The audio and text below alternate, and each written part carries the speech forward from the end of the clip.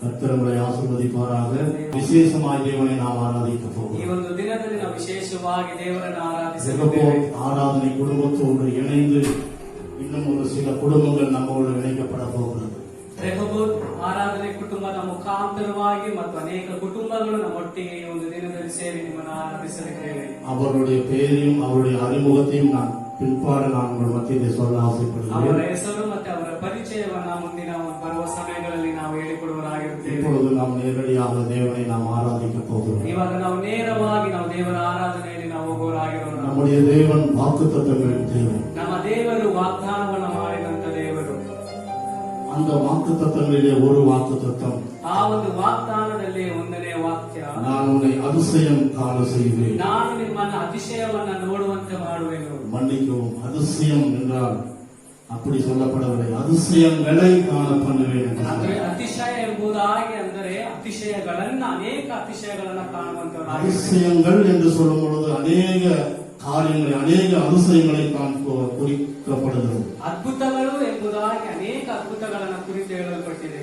இந்த ஆராதனை மூலமாக உங்களுடைய வாழ்க்கையிலே ஆண்டவர் அநேக அதிசயங்களை செய்ய போகிறார். ಈ ಒಂದು ಆರಾಧನೆ ಮುಖಾಂತರವಾಗಿ ದೇವರು ನಿಮ್ಮ ಜೀವಿತದಲ್ಲಿ ಅನೇಕ ಅದ್ಭುತಗಳನ್ನು ಮಾಡಲಿದ್ದಾರೆ. நாம் எல்லாரும் ஒரு கண்களை மூடி ನಾವು ಒಂದು ನಿಮಿಷ ನಮ್ಮ ಕಣ್ಣುಗಳನ್ನು ಮುಚ್ಚಿ ஆராதனைக்காக நாம் தேவனை நோக்கி பார்ப்போம். ಆರಾಧನೆಗೋಸ್ಕರ ನಾವು ದೇವರನ್ನು ನೋಡುವುದಾಗಿರೋಣ. எங்களை நேசிக்கிற நல்ல தகப்பனே, ನಮ್ಮನ್ನು ಅತ್ಯಧಿಕವಾಗಿ ಪ್ರೀತಿ ಮಾಡೋ ನಮ್ಮ ಸೊರೆಯ ತಂದೆಯೇ, அப்பா, இந்த நல்ல ஆராதனை வேலைக்காக நன்றி செலுத்துகிறோம். ಈ ಒಂದು ಒಳ್ಳೆ ಆರಾಧನೆ ಸಮಯಕ್ಕೋಸ್ಕರ ನಿನಗೆ ಸ್ತೋತ್ರಗಳನ್ನು ಸಲ್ಲಿಸ್ತಾ ಇದ್ದೇವೆ. ஆவியோடும் உண்மையோடும் முழு சக்தியோடும் முழு பலத்தோடும் நாங்கள் உண்மை ஆராதிக்க கர்த்தரை உதவி செய்வோம். ಅಪ್ಪ, ನಾವು ಆತ್ಮದೊಟ್ಟಿಗೂ ಕರ್ತನೆ ಅಪ್ಪ, ನಾವು ನಿಜವಾಗಿ ಸತ್ಯವಾಗಿ ನಿನ್ನನ್ನು ಆರಾಧಿಸಲು ಸಹಾಯವನ್ನು ಮಾಡಬೇಕೆಂಬುದಾಗಿ ಪ್ರಾರ್ಥನೆ ಮಾಡೋಣ. நீர் விரும்புகிற ஒரு ஆராதனை நாங்கள் செய்ய கர்த்தாவே இவர்களுக்கு கற்றுத்தர வேண்டும் என்று சொல்லி நாங்கள் ஜெபிக்கிறோம். ಅಪಾರಚೆ ನೀನು ಕರ್ತನೆ ಅಪ್ಪ ಇದನ್ನ ಆಸೆ ಪಡುವ ರೀತಿಯಲ್ಲಿ ನಾವು ಆರಾಧಿಸುವಂತೆ ನೀ ಸಹಾಯವನ್ನು ಮಾಡು.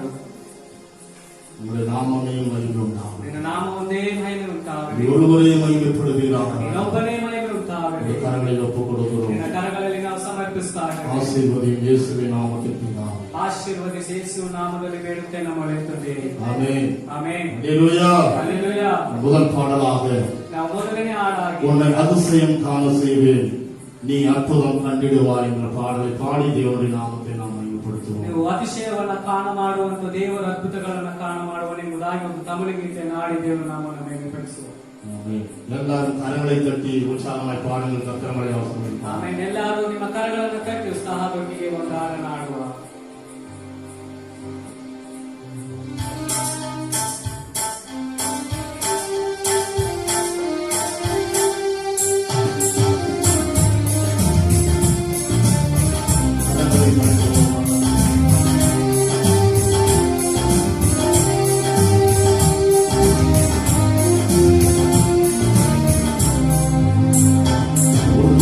அதிசயம் காண செய்வேன்,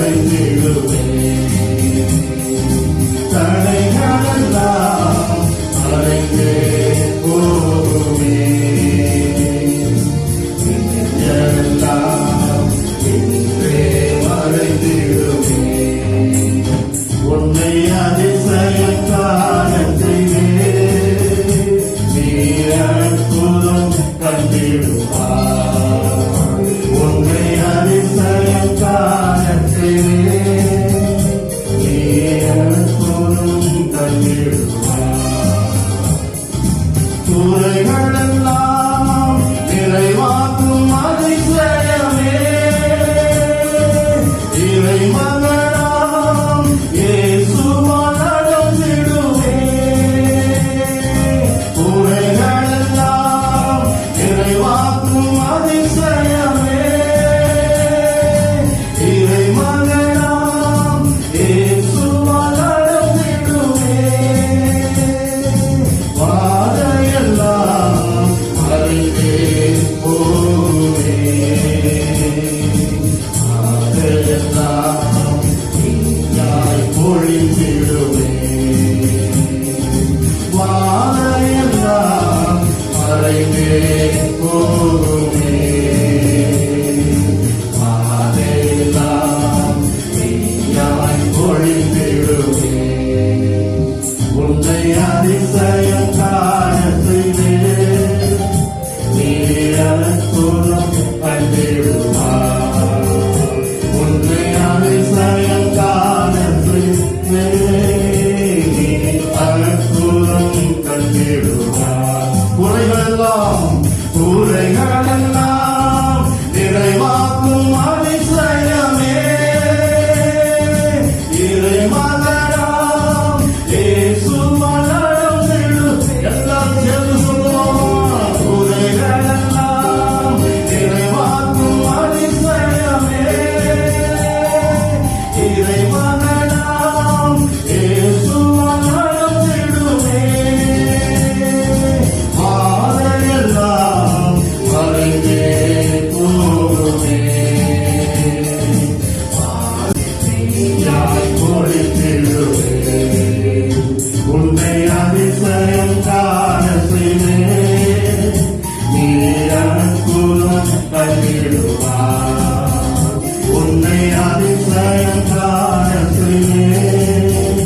நீ அற்புதம் கண்டிடுவாய்.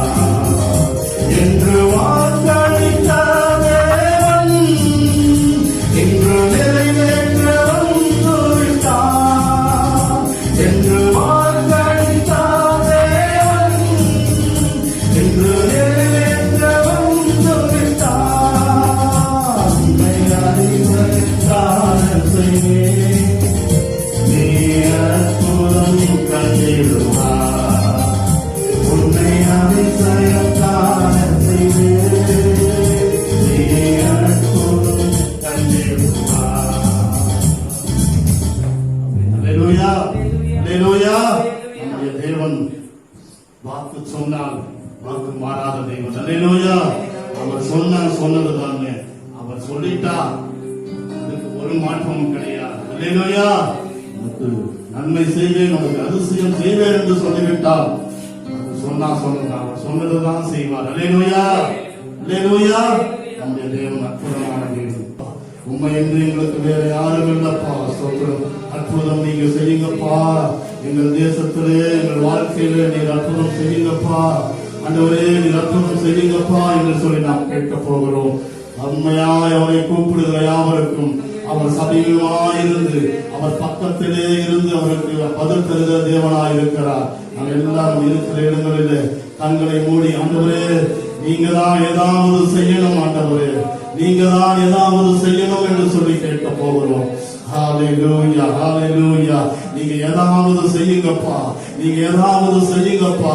நீங்க செய்தால் நன்மைக்கு ஏதுவாய்த்தான் இருக்கும் ஆண்டவரே. நீங்க செய்தால் நீங்கள் தேசத்துக்கு நன்மையை கொண்டு வரும் அப்பா. நீங்க ஏதாவது செய்யும் என்று சொல்லி கேட்க போகிறோம். ஹalleluya, ஹalleluya. உம்மைத்தான் நம்பி இருக்கிறோம். உம்மை என்று எங்களுக்கு யாரும் இல்லப்பா. அற்புதம் செய்யுங்கப்பா எங்க வாழ்க்கையில என்று சொல்லி நாம் கேட்க போகிறோம். ஹalleluya.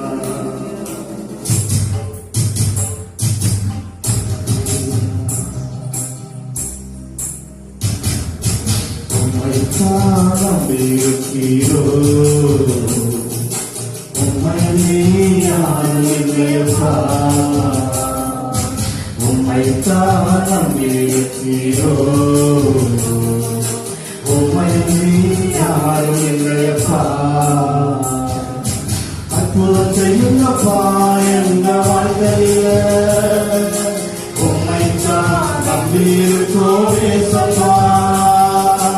அற்புதம் செய்யுங்கப்பா எங்க வாழ்க்கையில, உம்மைத்தான் நம்பி இருக்கோம் ஏசப்பா. உம்மைத்தான் நம்பி இருக்கிறோம், உம்மை யாரும் இல்லையப்பா. சொல்லுவோம் எல்லாம் சேர்ந்து, உம்மைத்தான் நம்பி இருக்கிறோம், உம்மை யாரும் இல்லையப்பா. நீங்க தான் வாழ்க்கையில் ஏதாவது செய்யணும், நீங்க தான் செய்யணும். ஆண்டவரே, நீ சொன்ன வார்த்தை நாங்கள் பிடித்துக் கொண்டு உங்களுடைய முகத்தையே நாங்கள் நோக்கி பார்த்துக் கொண்டிருக்கிறோம். உங்களுடைய முகத்தையே நாங்கள் நோக்கி பார்க்கிறோம். நீங்க ஏதாவது செய்யணும், எதிர்பார்த்து காத்திருக்கிறோம். நீங்க ஏதாவது செய்யணும், எதிர்பார்த்து காத்திருக்கிறோம். நீ சொன்ன வார்த்தைய பிடித்துக் கொண்டு, நீ சொன்ன வார்த்தைய பிடித்துக் கொண்டு உங்கள் முகத்தையே நோக்கி இருக்கிறோம், உங்கள் முகத்தையே நோக்கி இருக்கிறோம். அற்புதம் செய்யுங்கப்பா எங்க வாழ்க்கையில, உம்மைத்தான் நம்பி இருக்கோம் ஏசப்பா. அற்புதம் செய்யுங்கப்பா எங்க வாழ்க்கையில, உம்மைத்தான் நம்பி இருக்கிறோம், உம்மை யாரும் இல்லையப்பா. சொல்லுவோம் எல்லாரும், உம்மைத்தான் நம்பி இருக்கிறோம், உம்மை யாரும் இல்லையப்பா.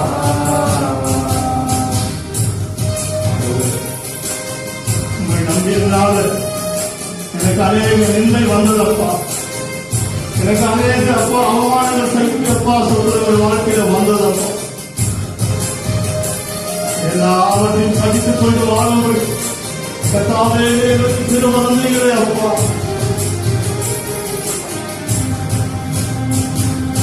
நிந்தையும் அவமானமும் சகித்துக் கொண்டு நதிலே வந்து நிற்கிறோம். நிந்தையும் அவமானமும் சகித்துக் கொண்டு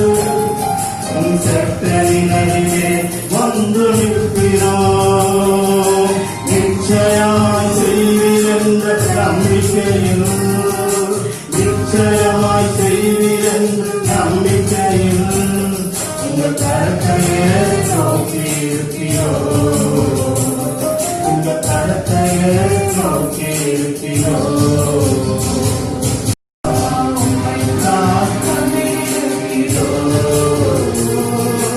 உம்மை யாரும் இல்லையப்பா.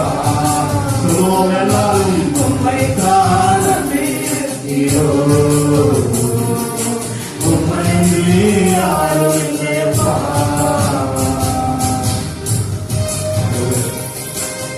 உம்மை நம்பியதுனால எனக்கு அநேக நிந்தை வந்ததப்பா, எனக்கு அநேக அப்பா அவமானங்கள் சகிக்கப்பா சொல்றவர்கள் வாழ்க்கையில வந்ததப்பா. எல்லாவற்றையும் சகித்துக் கொண்டு வாழும்படி கர்த்தாவே எனக்கு திருமணங்களே அப்பா.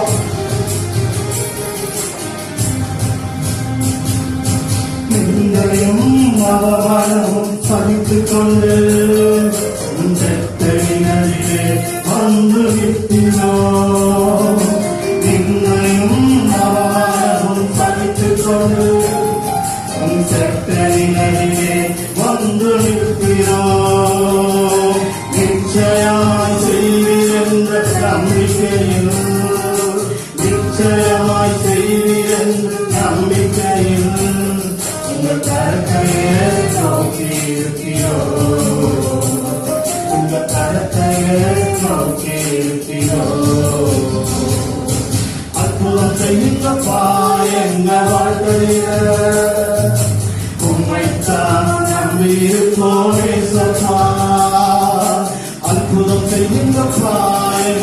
வாழ்க்கையில உம்மைத்தான் நம்பியிருக்கோம் ஏசப்பா, உம்மைத்தான் நம்பியிருக்கிறோம், உம்மையின்றி யாரும் இல்லையப்பா, உம்மைத்தான் நம்பியிருக்கிறோம், உம்மையின்றி யாரும் இல்லையப்பா. உங்க முகத்தையே நோக்கி இருக்கிறோம், உங்க கரத்தையே நோக்கி சொல்லுவோம் எல்லாரும். உங்க முகத்தையே நோக்கி இருக்கிறோம். எஜமானுடைய கையை நோக்கி இருக்கிறது போல கரைகளை நோக்கி இருக்கிறோம். நீங்களான தேசத்துக்கு ஏதாவது செய்யணும்.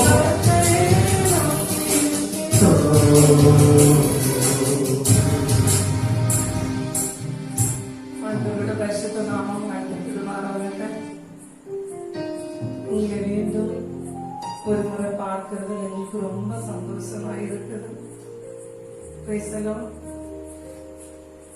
இந்த லாக்டவுன் முடிய இந்த எண்டில் நம்ம வந்து நிக்கிறோம். ஒரு நிமிடம் நம்ம யோசித்து பார்க்கலாமா? எத்தனை பேர் இந்த உலகம் விட்டு மாற்றப்பட்டது, ஆனா ஆண்டவருடைய கிருபை நம்ம மேல இருந்ததில்லை. நமக்கு ஒரு நிமிடம் ஆண்டவர் பார்த்து நன்றி செலுத்துகிறோம்.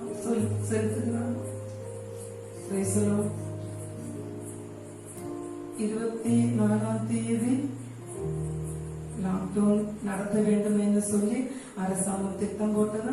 25ஆம் தேதி காலையில் முதல் 21 நாட்கள் நாங்கள் கூடி வந்த சபையில் 21 நாட்களும் நாங்கள் உபவசிக்க இந்த தேசத்துக்காக அநேக நாடுகளுக்காக ஜெபிக்கும்படி ஆண்டவர் உதவி செய்தோம். அந்த 21 நாட்கள் முடிந்து விட்டு மீண்டும் ஒரு வாரம் மீண்டும் அந்த லாக்டவுன் நிறுத்தி வைத்தது. அந்த டைம் கூட நாங்கள் அதை மிஸ் பண்ணாம அந்த நாள் எப்போ அறிவிக்க வந்ததோ அப்போ முதல்ல நாங்கள் அந்த ஜெபத்துக்காக மீண்டும் நாங்கள் உபவசித்து 70 மணிக்கு ஒரு ஜெபத்தையும் 7 நாட்கள் நான்ஸ்டாப் வர்ஷிப் நடத்தும்படி ஆண்டவர் எங்களுக்கு உதவி செய்தோம். அது ஒரு வாரம் முடிந்து விட்டது. மீண்டும் ஒரு வாரத்துல லாக்டவுன் நீட்டி விட்டது. இன்னைக்கு 7ஆவது நாள் குடும்பமாக இந்த 7 நாட்களும் நாங்கள் உபவசிக்கும்படி ஆண்டவர் உதவி செய்தோம். பிரியமானவர்களே, நீங்க நினைத்து இருக்கலாம் நமக்கு எல்லாருக்கும் ஒரு விடுமுறை கிடைத்தது, ஃப்ரீயா இருந்துக்கலாம், நல்லா சாப்பிட்டுக்கலாம், குடும்பமா சந்தோஷமா இருந்துக்கலாம். உண்மைதான், அது நல்லதுதான். நீங்க குடும்பமா சந்தோஷமா இருங்க, நல்லா சாப்பிடுங்க. ஆனா நாங்கள் என்ன செஞ்சது தெரியுமா? நாட்களில் எல்லாம் அநேகருக்காக ஜெபிக்கும்படி உபவசிக்கும்படி ஆண்டவர் உதவி செய்தோம். ஆனால் ஆண்டவரே, பிரியமானவர்களே, அநேக ஊழியக்காரர்களுக்காக நாங்கள் ரொம்ப பாரத்தோடு ஜெபித்து வந்தோம். எங்களுக்கு பிரியமான ஒரு தேவதாசன் இருக்கிறார்கள். அவரோட ஒரு மண்டி விஷயத்துக்காக நாங்கள் ரொம்ப அழுதோம். ராத்திரியுடைய யாமங்களை உணர்ந்து வந்தவரே, நாம தூஷிக்கப்படக்கூடாது ராஜா, நீ அற்புதத்தை செய்ய வேண்டுமே என்று சொல்லி நாங்கள் ரொம்ப பாரத்தோட ஜெபம் பண்ணோம். இந்த லாக்டவுன் நாட்கள் முடியதுக்கு முன்னாடி உமது ஊழியத்தை செய்யும்படி நீ அற்புதத்தை செய்ய வேண்டுமே என்று சொல்லி ஹல்லேலூயா இந்த நாட்களை நாங்கள் ஜெபம் பண்ணோம். இந்த லாக்டவுன் நாட்கள் முடியதுக்கு முன்னாடி ஆண்டவர் அதிசயத்தை பார்க்கும்படி ஆண்டவர் எங்களுக்கும் உதவி செய்தோம். எங்க குடும்பத்தில் 2 வருடங்களாக ஒரு விஷயத்துக்காக நாங்கள் பாரத்தோடு ஜெபம் பண்ணி கொண்டு இருந்தோம். எங்களுடைய இந்த லாஸ்ட் டைம் உபவாசத்தினோட 3ஆவது நாள் அந்த விஷயத்துக்கும் ஆண்டவர் உதவி செய்தோம். எல்லாரும் நல்லா தூங்கும் போதும், எல்லாரும் நல்லா சாப்பிட்டு திருப்தியா இருக்கும் போதும் நாங்கள் ஆலயத்துக்குள்ள போய் கண்ணீரோட ஜெபத்தோட ஆண்டவரே தேசத்தை விடியுமாப்பா, மக்களை விடியுமாப்பா, ஊழியக்காரரை காத்து கொள்ளுமாப்பான்னு சொல்லி நாங்கள் ரொம்ப ஜெபத்தோட இருந்ததுனால ஐயோ நல்ல சிநேகிதருக்காக ஜெபம் பண்ணும் போது அவரோட அவஸ்தைக்கு வித்தியாசத்தை கொடுத்த தேவன் நாங்கள் ஜெபிச்ச எல்லா ஜெபங்களுக்கும் ஆண்டவர் எங்களுக்கு பதில் கொடுத்தார். Praise the Lord. இந்த லாக்டவுன் நாட்கள் நம்ம முடிந்து போனது. ஆனால் இன்னும் நமக்கு கஷ்டங்கள் அதிகமாய் வருகிறது. நீங்க அதிகமா ஆண்டவர்கிட்ட சேர்ந்து கொள்ளுங்க, ஆண்டவரை அதிகமாய் பற்றி கொள்ளுங்க, ஆண்டவரை முகத்தை நோக்கி இருங்க, அவர் கருத்தை பார்த்து இருங்க. ஆண்டவர் நமக்கு அதிசயம் செய்வார்.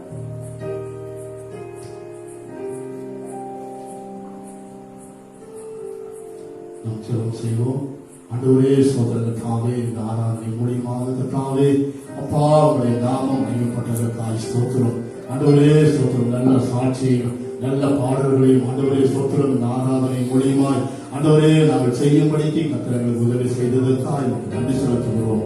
எங்கள் வாழ்க்கையில கர்த்தாவே ஸ்தோத்திரம் நீர் அற்புதம் செய்ய போகிறதற்காய் ஸ்தோத்திரம். இந்த காணொளி மூலியமாக கர்த்தாவே யாரெல்லாம் பார்த்து கொண்டிருக்கிறார்களோ அவருடைய வாழ்க்கையில கர்த்தாவே ஸ்தோத்திரம் நீர் நிச்சயமாய் ஆண்டவரே ஸ்தோத்திரம் ஏதாவது நீர் செய்ய போகிறதற்காய் ஸ்தோத்திரம். நீர் ஆண்டவரே அதிசயம் காண பண்ணுவேன் என்று சொன்னீரே அப்பா ஸ்தோத்திரம். அதிசயங்கள் இதை காண்கிற அப்பா ஸ்தோத்திரம் நபர்களுடைய குடும்பங்களிலே நடக்கட்டும் என்று சொல்லி நான் சொல்லிக்கிறேன். நாமத்துக்கு மகிமை உண்டாகும். தொடர்ந்து ஆண்டவரே ஸ்தோத்திரம் தேவ செய்திகளை நாங்கள் கேட்க கர்த்தர் உதவி செய்கிறோம். நாமத்துக்கு மகிமை உண்டாகட்டும். ஆசீர்வாதம் இயேசுவின் நாமத்திற்கு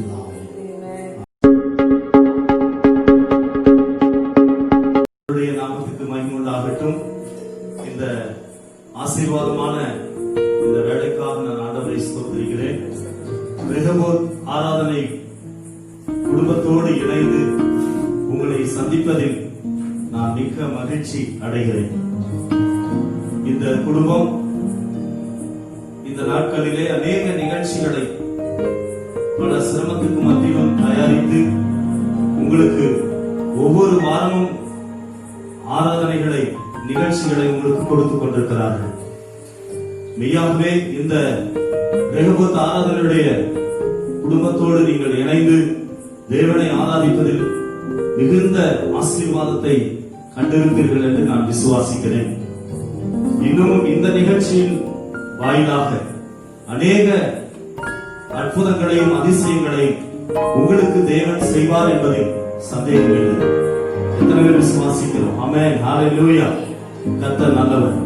இந்த நாளிலும் கூட விசேஷமாக நாம் ஆண்டவருடைய வார்த்தைகளை ஒரு சில நிமிஷங்கள் உங்களோடு கூட பேசும்படியாக நான் விரும்புகிறேன்.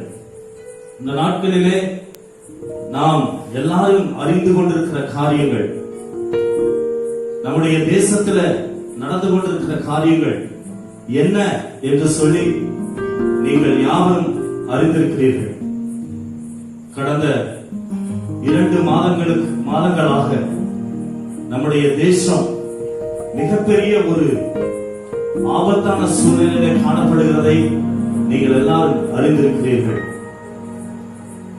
எல்லாரும் வீட்டிலே அமர்ந்து கொண்டு வேற எந்த ஒரு காரியத்தையும் செய்ய முடியாதபடிக்கு எல்லாரும் வீட்டுக்குள்ளேயே முடங்கி கிடக்கின்ற ஒரு சூழ்நிலைகள். எனக்கு அன்பானவர்களே, இதை பற்றி நீங்கள் என்ன நினைக்கிறீர்கள்? எதனால் இது வந்தது?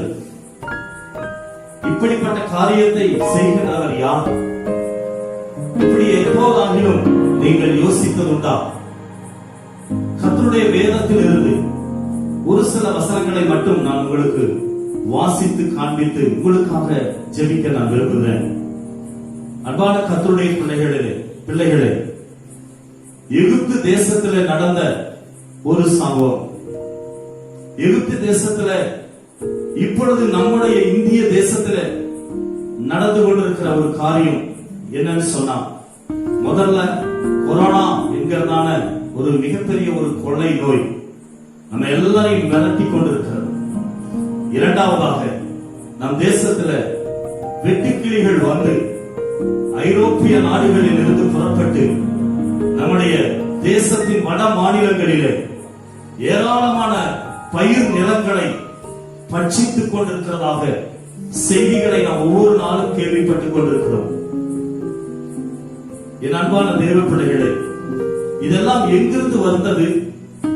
இவ்வளவு காலமா இல்லாத ஒரு காரியங்களை இந்த நாட்களிலே நம் தேசத்தில் நடந்து கொண்டிருக்கிறது. இது தற்செயலாக நடந்து கொண்டிருக்கிறதா? இல்லை, இது யாரோ ஒருவர் இதை செய்து கொண்டிருக்கிறார்களா? தேவனுடைய பிள்ளைகளே, யாத்திராகமம் 10ஆம் அதிகாரத்தில் 11ஆம் வசனத்திலிருந்து 15ஆம் வசனம் வரைக்கும் நீங்கள் வாசித்து பாருங்கள். எகிப்து தேசத்தில் நடந்த ஒரு சம்பவம் இது. மோசேயும் ஆரோனும் பார்வோன் என்ற எகிப்தின் ராஜாவினிடத்தில் போய் என் ஜனங்களை தேவனை ஆராதிக்கிறதுக்கு அனுப்பு என்று அவர்கள் கேட்டார்கள். கேட்கும்போது பார்வோன் ராஜா தன்னுடைய இருதயத்தை கடினப்படுத்திக் கொண்டு ஆண்டவர் சொன்ன அந்த வார்த்தைகளை கேட்காதபடி, கீழ்ப்படியாதபடி மோசேயும் ஆரோனையும் துரத்திவிட்டார். அவருடைய அரண்மனையில் இருந்து துரத்தப்பட்டார்கள். அதற்கு பிறகு இந்த மோசேயும் ஆரோனும் அரண்மனையில் துரத்தப்பட்டவர்களாக திரும்பி வந்த பொழுது தேவன் அவர்களை சந்தித்தார். சந்தித்து மோசேயின் இடத்தில் இப்படியாக சொன்னார், இந்த பார்வோன் என்னுடைய வார்த்தைக்கு கீழ்ப்படிய மாட்டேன் என்று தன் இருதயத்தை கடினப்படுத்துகிறார். ஆகையினாலே உன் கையில இருக்கிற கோலை நீட்டி எகிப்து தேசம் எங்கும் வெட்டுக்கிளிகளை வரும்படி சொல்லு என்று சொன்னார். அப்பொழுது மோசே தன் கையில இருந்த கோலை எகிப்து தேசத்துக்கு நேராக நீட்டினார். அப்பொழுது ஒரு பெரிய கீழ்காற்று ஒன்று அந்த தேசத்தின் மேலே வீசினது. திரளான வெட்டுக்கிளிகள் எகிப்து தேசத்தை மூடிக்கொண்டது. அந்த வெட்டுக்கிளிகள் எல்லாம் அந்த தேசத்தினுடைய பயிர் நிலங்களை எல்லாம் பட்சித்து என்று எழுதப்பட்டிருக்கிறது. என் அன்பான தேவனுடைய பிள்ளைகளே, இந்த உலகத்தில் நடக்கின்ற ஒவ்வொன்றும் சர்வ வல்லமையுள்ளவர், வானத்துக்கும் பூமிக்கும் சொந்தக்காரருடைய அனுமதி இல்லாமல், அவர் கட்டளையிடாமல் ஒரு சின்ன அணுவாகிலும் அசைவதில்லை என்பது வேதாகம சத்தியம். ஆண்டவருக்கு சித்தம் இல்லாமல் உங்கள் தலையில் இருக்கிற ஒரு முடியும் கூட கீழே விழாது என்று கர்த்தருடைய வேதம் சொல்லுகிறது. ஆகவே நம்முடைய தேசத்தில் நடந்து கொண்டிருக்கிற சம்பவங்கள் எல்லாம் சர்வ வல்லவரால் செயல்படுத்தப்பட்டுக் கொண்டிருக்கிற காரியங்கள். அன்றைக்கு எகிப்து தேசத்தினுடைய விளை நிலங்கள் எல்லாம் அழிக்கப்பட்டது வெட்டுக்கிளிகளினாலே. அதற்கு காரணம் என்ன? மோசேயின் ஆரோனின் மூலமாக பார்வோனை சந்திக்கும்படி தேவன் சொன்னார். கர்த்தருடைய வார்த்தை இது என்று ஆண்டவருடைய வார்த்தையை அறிவித்தார்கள். ஆனால் பார்வோனோ அந்த வார்த்தையை கேட்க மாட்டேன் என்று சொல்லி ஆண்டவருடைய வார்த்தையை அலட்சியப்படுத்தினது நிமித்தமாக வந்த வாதைகள் தான் அந்நாட்களில் வெட்டுக்கிளிகள். எனக்கு அன்பான கர்த்தருடைய பிள்ளைகளே, இந்த நாட்களிலும் எத்தனை கூட்டங்கள், எத்தனை தீர்க்கதரிசிகள், எத்தனை சுவிசேஷ கூட்டங்களிலே சுவிசேஷர்களால் ஆண்டவருடைய ராஜ்யத்தை பற்றி அறிவிக்கப்பட்டுக் கொண்டிருக்கிறது. ஆண்டவருடைய சத்தியம் விதைக்கப்பட்டுக் கொண்டிருக்கிறது. இன்றைக்கு தேசத்தில் இருக்கிற சகல குடிகளும் கர்த்தருடைய வார்த்தையை மதிக்காமல், ஆண்டவருடைய வார்த்தைக்கு கீழ்ப்படியாமல் தேவனை புறக்கணித்ததினாலே, தேவனுடைய ஊழியர்களை அற்பமாய் எண்ணின காரணத்தின் நிமித்தமாகத்தான் தேவனாலே இன்றைக்கு விளை நிலங்கள் என்று சொன்னால் வெளியின் மரங்கள் எல்லாம் மனிதன் ஜீவனத்துக்கானவைகள் என்று கர்த்தருடைய வசனம் சொல்லுகிறது. யாருக்காக இந்த வயல் நிலங்களில் எல்லாம் விளைந்து கொண்டிருக்கிறது என்றால் ஆண்டவருடைய வசனம் சொல்லுகிறது, அது மனிதனுடைய ஆகாரத்துக்காக விளையப்படுகிற நிலங்களின் விளைச்சல்கள். அப்படியானால் தேவனுடைய பிள்ளைகள் ஆண்டவருடைய சொல்லுக்கு கீழ்ப்படியாததனாலே, ஆண்டவருடைய ஊழியக்காரர்களை வார்த்தைகளை மதிக்காததினாலே, கீழ்ப்படியாததினாலே தேவன் ஜனங்களுக்காக விளைந்து கொண்டிருக்கிற, ஆகாரத்துக்காக விளைந்து கொண்டிருக்கிற ஜனங்களுடைய ஆகாரத்தை ஆண்டவர் வெட்டுக்கிளிகள் மூலமாக அந்த ஆகாரத்தை அழித்துக் கொண்டிருக்கிறார். யோவேல் 1ஆம் அதிகாரம் 4வது வசனம் இப்படியாய் சொல்லுகிறது, பச்சை புழு விட்டதை வெட்டுக்கிளி தின்றது, வெட்டுக்கிளி விட்டதை பச்சை கிளி தின்றது, பச்சை கிளி விட்டதை முசுக்கட்டை பூச்சி தின்றது என்று எழுதப்பட்டிருக்கிறது. எனக்கு அன்பான கர்த்தருடைய பிள்ளைகளே, ஏன் இது நடக்கிறது? இந்த பச்சை புழுக்களும் வெட்டு கிளிகளும், பச்சை கிளிகளும் முசுக்கட்டை பூச்சிகளும் எண்ணத்தை தின்றது, எண்ணத்தை அழித்தது, இவைகளெல்லாம் தின்றது என்று எழுதப்பட்டிருக்கிறது. பச்சை புழு தின்றது, வெட்டுக்கிளி தின்றது, பச்சை கிளி தின்றது, முசுக்கட்டை பூச்சி தின்றது. என்னத்தை தின்றது? மனிதனின் ஜீவனத்துக்காக மனிதனுடைய ஆகாரத்தை பூச்சிகளும் வண்டுகளும் புழுக்களும் மனிதனுடைய ஆகாரத்தை தின்றது. அப்படியானால் மனிதனுக்கு ஆகாரம் இல்லை. வசனம் சொல்லுகிறது, அதே யோவேல் 1ஆம் அதிகாரத்தில் பயிர் நிலங்கள் எல்லாம் பாழாகிறது என்று எழுதப்பட்டிருக்கிறது. பூமி துக்கம் கொண்டாடுகிறது, மனுஷனுடைய மகிழ்ச்சி எல்லாம் அற்று போயிற்று என்று எழுதப்பட்டிருக்கிறது. இது எப்படி ஆனது? 5ஆம் வசனம் சொல்லுகிறது, வெறியரே விழித்து என்று ஆண்டவர் சொல்லுகிறார். நீங்கள் விழித்து அழுங்கள் என்று சொல்லுகிறார். அப்படியானால் இன்றைக்கு முசுக்கட்டை பூச்சிகளும் வெட்டுக்கிளிகளும் பச்சை கிளிகளும் பச்சை புழுக்களும் மனிதனுடைய ஆகாரத்தை தின்று வயல்நிலங்களை அழிக்கிறதுக்கு என்ன காரணம்? மனிதன் இந்த உலக காரியங்களிலே பாவ காரியங்களிலே வெறித்து போனான். அவன் இந்த இவ்வுலக காரியத்திலே மதி மயங்கி இருக்கிறான். அவனுக்கு புத்தி தெளிவில்லை, அவனுக்கு அறிவில்லை, அவனுக்கு உணர்வில்லை. அது நிமித்தமே தேவன் பச்சை புழுக்களுக்கும் வெட்டுக்கிளிகளுக்கும் பச்சை கிளிகளுக்கும் முசுக்கட்டை பூச்சிக்கும் தேவன் கட்டளையிட்டார். வெறித்து உலக காரியங்களிலே பாவ காரியங்களிலே மயங்கி திரிகிற இந்த மனிதனுக்கு ஆகாரத்தை கொடுத்து அவனை சந்தோஷப்படுத்துவதற்கு தேவனுக்கு விருப்பம் இல்லை. என் அன்பான கர்த்தருடைய பிள்ளைகளே, அப்படியானால் ஆண்டவர் என்ன சொல்லுகிறார்? நாம் எல்லாரும் வெறித்திருக்கிறோம் என்று கர்த்தர் சொல்லுகிறார். மதிமயங்கி இருக்கிறோம்.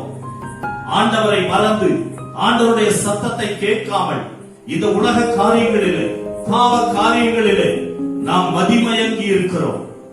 ஆண்டவருடைய சித்தத்தை, ஆண்டவர் கூப்பிடுகிற சத்தத்தை ஒருவனும் கேட்பது கிடையாது. அதனாலே தான் தேசத்திலே தேவன் பூச்சிகளுக்கும் வெட்டுக்கிளிகளை கட்டளையிட்டு மனிதனுக்கு ஆகாரமாய் விளைவிக்கப்படுகிற வயல்களை எல்லாம் ஆண்டவர் தின்று போடும்படியாய் அவைகளுக்கு கட்டளையிட்டார். என் அன்பான தேவனுடைய பிள்ளைகளே, யோவேல் 2ஆம் அதிகாரத்திலே ஆண்டவர் சொல்லும் போது, நீங்கள் உங்கள் வஸ்திரத்தை அல்ல, நீங்கள் திரும்புங்கள், உங்கள் வஸ்திரத்தை அல்ல, உங்களுடைய இருதயத்தை கிழித்து என்னிடத்தில் திரும்புங்கள் என்று கர்த்தர் சொல்லுகிறார். நீங்கள் எப்படி திரும்பணும்? அழுகையோடும் புலம்பலோடும் உபவாசத்தோடும் கண்ணீரோடும் என்னிடத்தில் திரும்புங்கள் என்று கர்த்தர் சொல்லுகிறார். திரும்பினால்தான் மாற்றம் வரும் என்று சொல்லுகிறார். இன்னும் ஒரே ஒரு வசனத்தை உங்கள் மத்தியிலே சொல்லி என்னுடைய செய்தியை நிறைவு செய்ய விரும்புகிறேன். என் அன்பான தேவனுடைய பிள்ளைகளே, இவைகளெல்லாம் தற்செயலாக பூமியில நம்முடைய தேசத்துல நடக்கல. தேவன் அனுப்பின வாதைகள் இவைகள் எல்லாமே. ஏனென்றால் தேவன் எத்தனையோ தடவை தேசத்தை கூப்பிட்டார், தேசத்தின் குடிகளை அழைத்தார். வருத்தப்பட்டு பாரம் சுமக்கிறவர்களே, நீங்கள் எல்லாரும் என்னிடத்தில் வாருங்கள் என்று அழைத்தார். ஒருவனும் அவர் கை நீட்டியும் கவனிக்கவில்லை. அவர் சத்தமிட்டும் ஏனென்று கேட்கிறவன் ஒருவனும் கிடையாது. தேவனுடைய வார்த்தைகளை ஒருவனும் மதிக்கவில்லை. இந்த நாட்களிலே கர்த்தருடைய பிள்ளையே, அவர் அனுப்பினதுதான் இன்றைக்கு இந்த வெட்டுக்கிளிகளும் இந்த கொள்ளை நோய்களும் என்பதை இந்த செய்தி வாயிலாக கர்த்தருடைய வசனத்தை கொண்டு நான் உங்களுக்கு சொல்லுகிறேன். கர்த்தருடைய பிள்ளைகளே, 2 நாளாகமம் 7ஆம் அதிகாரத்துல ஒரு வசனம் இப்படியாய் சொல்லுகிறதை நாம் வாசிக்கிறோம். சாலமோன் ராஜாவினிடத்தில் தேவன் சொன்னார், இவைகள் எல்லாம் இன்றைக்கு வெட்டுக்கிளிகளும் கொள்ளை நோய்களும் தேசத்தை மிரட்டி கொண்டிருக்கிறதே, நம்மை எல்லாம் முடக்கி வைத்திருக்கிறதே, நமக்காக தேவனால் கொடுக்கப்பட்ட ஆகாரங்களை வெட்டுக்கிளிகளும் பூச்சிகளும் வண்டுகளும் தின்று கொண்டிருக்கிறதே, இதற்கெல்லாம் ஒரு தீர்வே இல்லையா, முடிவே இல்லையா? கர்த்தருடைய வேதம் சொல்கிறது, கண்டிப்பாக இருக்கிறது. நாம் என்ன செய்யணும்? சாலமோன் ராஜா இடத்துல சொன்னார்.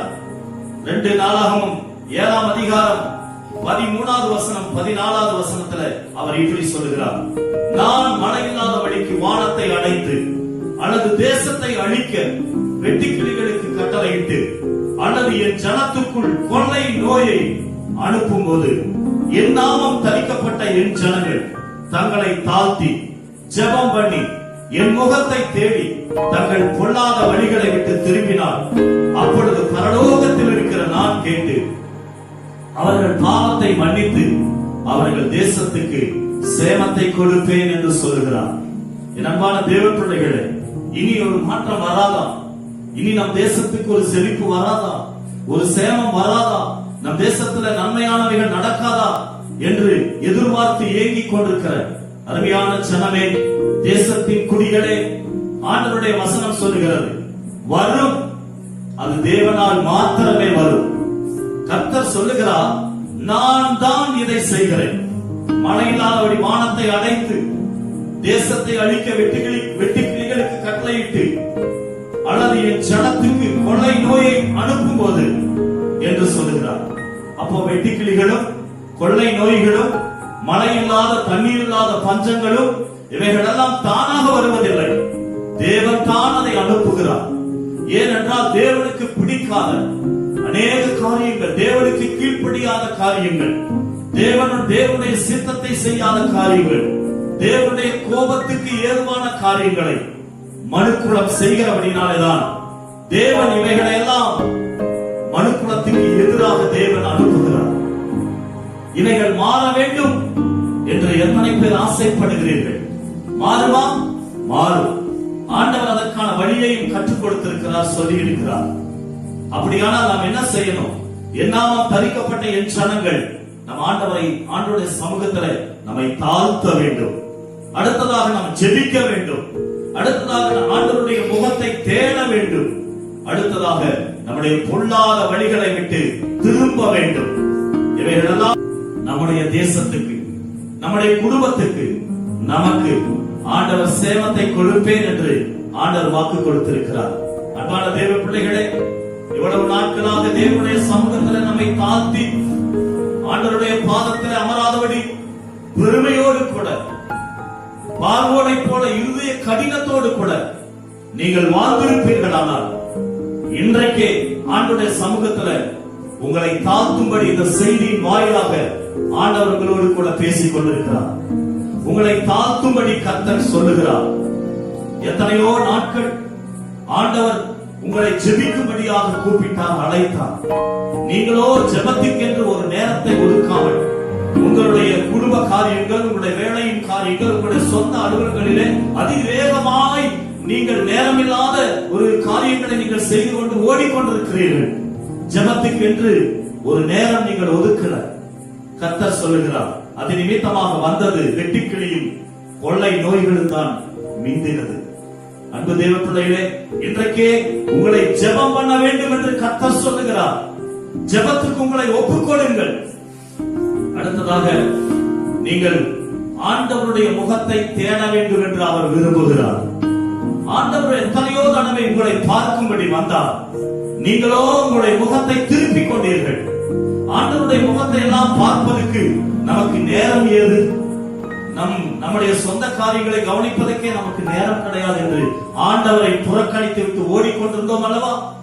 ஆண்டவர் சொல்லுகிறார், இன்றைக்கு என் முகத்தை நீ தேடு என்று சொல்லுகிறார். அடுத்ததாக உன் பொல்லாத வழிகளை விட்டு நீ திரும்ப வேண்டும் என்று கர்த்தர் சொல்லுகிறார். அன்பான தேவனுடைய பிள்ளைகளே, இப்படி திரும்பினால் தேவன் பரலோகத்திலிருந்து நம்மை பார்த்து, நம்மை கேட்டு, நம்முடைய பாவத்தை மன்னித்து நம்முடைய தேசத்திற்கு சேமத்தை கொடுப்பேன் என்று இந்த நேரத்தில் உங்களோடு கூட பேசிக் கொண்டிருக்கிறார். அன்பான தேவ பிள்ளையே, எத்தனை பேர் நம்முடைய தேசத்துக்கு சேமம் வேண்டும் என்று நீங்கள் விரும்புகிறீர்கள்? உங்களுடைய குடும்பத்துக்கு சேமம் வேண்டும் என்று விரும்புகிறீர்கள்? அப்படியானால் 1 நாளாகமம் 2 நாளாகமம் 7ஆம் அதிகாரம் 13, 14 இந்த வசனங்களை நீங்கள் வாசித்து இந்த வசனம் சொல்லுகிறபடி நீங்கள் செய்வீர்களானால் நிச்சயம் அதி சீக்கிரத்தில் நம்முடைய தேசத்தில், உங்களுடைய குடும்பத்தில், உங்களுக்குள்ள மிகப்பெரிய ஒரு மாற்றம் நடக்கும் என்பதில் ஒரு துளியும் சந்தேகம் இல்லை என்பதை இந்த சத்தியத்தின் வழியாக சொல்லிக்கொண்டு என்னுடைய செய்தியை இதோடு கூட நிறைவு செய்கிறேன். இந்த செய்தியின் வாயிலாக உங்களோடு பேசவும், உங்களை சந்திக்கவும் எனக்கு வாய்ப்பை ஏற்படுத்தி கொடுத்த ரெகோபோத் ஆராதனை குடும்பத்துக்கு ஆண்டவராய் இயேசு கிறிஸ்துவின் நாமத்தினாலே நான் வாழ்த்துதலை சொல்லுகிறேன். கர்த்தர் அவர்களை ஆசீர்வதிப்பாராக. ஆமென்.